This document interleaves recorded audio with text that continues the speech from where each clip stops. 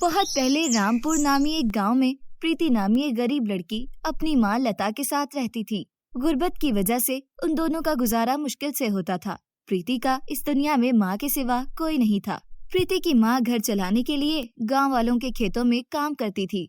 प्रीति की माँ बहुत मेहनत करती थी ताकि उन्हें किसी के सामने हाथ ना फैलाना पड़े, मगर इन पैसों से इन दोनों माँ बेटी का गुजारा नहीं होता था। रात को पेट भर कर खाने को मिलता तो दिन भर भूखा रहना पड़ता था। प्रीति की माँ सख्त मेहनत की वजह से बीमार हो जाती तो उस दिन खेत पर काम करने ना जाती। ऐसे में इन दोनों माँ बेटी को भूखा सोना पड़ता था। प्रीति की माँ तो रूखी सूखी खाकर गुजारा कर लेती थी, मगर प्रीति अभी बहुत छोटी थी। वो अपनी माँ से बहुत फरमाइशें करती थी। उस दिन बारिश हो रही थी और सब गांव वाले अपने घरों में बड़े मजे मजे की चीजें पका रहे थे।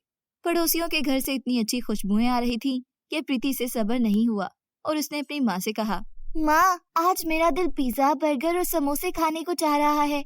या तो तुम घर पर मेरे लिए ये चीजें बना लो या फिर मुझे कुछ पैसे दो ताकि मैं ये खुद दुकान से खरीद लाऊं। ये सुनकर उसकी माँ रोने लगी क्योंकि घर में कुछ पकाने को नहीं था। वो खुद भी बुखार से मर रही थी। आज तो वो काम पर भी नहीं जा सकी थी क्योंकि बाहर बारिश थी और उसे बुखार भी था। ऐसे में पैसे कहाँ से आते? मगर प्रीति की बात सुनकर उसकी माँ रोते हुए कहने लगी, प्रीति बेटा, तुम तो जानती हो कि तुम्हारे पिताजी के गुजरने के बाद मैं खुद ही दूसरे लोगों के खेतों में काम करती हूँ ताकि हमें किसी के सामने हाथ ना फैलाना पड़े। आज तो मेरे पास पैसे नहीं है, बल्कि घर में कुछ भी खाने को नहीं है। माँ की ये बात सुनकर प्रीति को गुस्सा आ गया और उसने माँ से रोते हुए कहा, कितना अच्छा होता मैं भी पिताजी के साथ मर जाती। आज मुझे भूख से ना मरना पड़ता। मेरी दोस्त लक्ष्मी के पिताजी जिंदा हैं। वो जो फरमाइश करती है वो फौरन पूरी हो जाती है, जबकि मुझे यहाँ पेट भरकर खाना भी नहीं मिलता। काश पिताजी के साथ मैं भी मर ही जाती।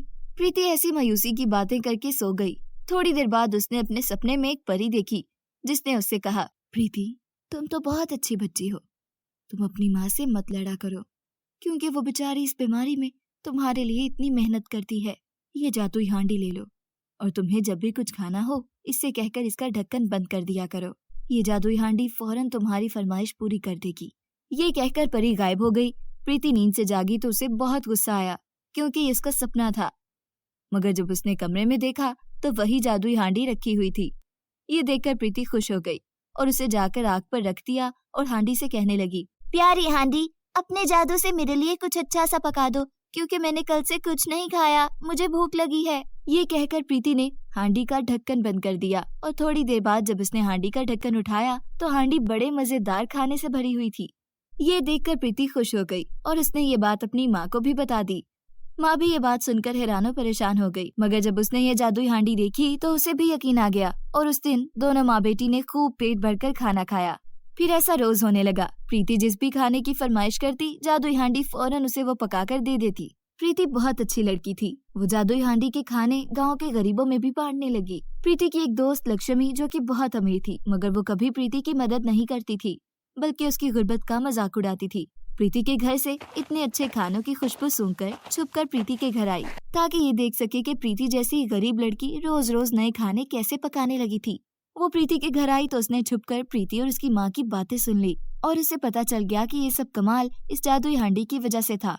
वो अगले दिन प्रीति के घर आई और उसकी गैर मौजूदगी में उनके घर से जादुई हांडी चुरा कर अपने घर ले आई ताकि वो भी मजे मजे की खाने खा सके। लक्ष्मी ने जादुई हांडी से कहा, ए जादुई हांडी, मैं तुम्हें हुक्म देती हूँ कि तुम मेरे लिए अभी अभी कौरमा तैयार करो। प्रीति जादुई हांडी के साथ बहुत प्यार से बात करती थी, मगर लक्ष्मी ने बड़े मगरूर अंदाज में हांडी से बात की। जादुई हांडी ने गुस्से से उसकी फरमाइश पूरी नहीं की।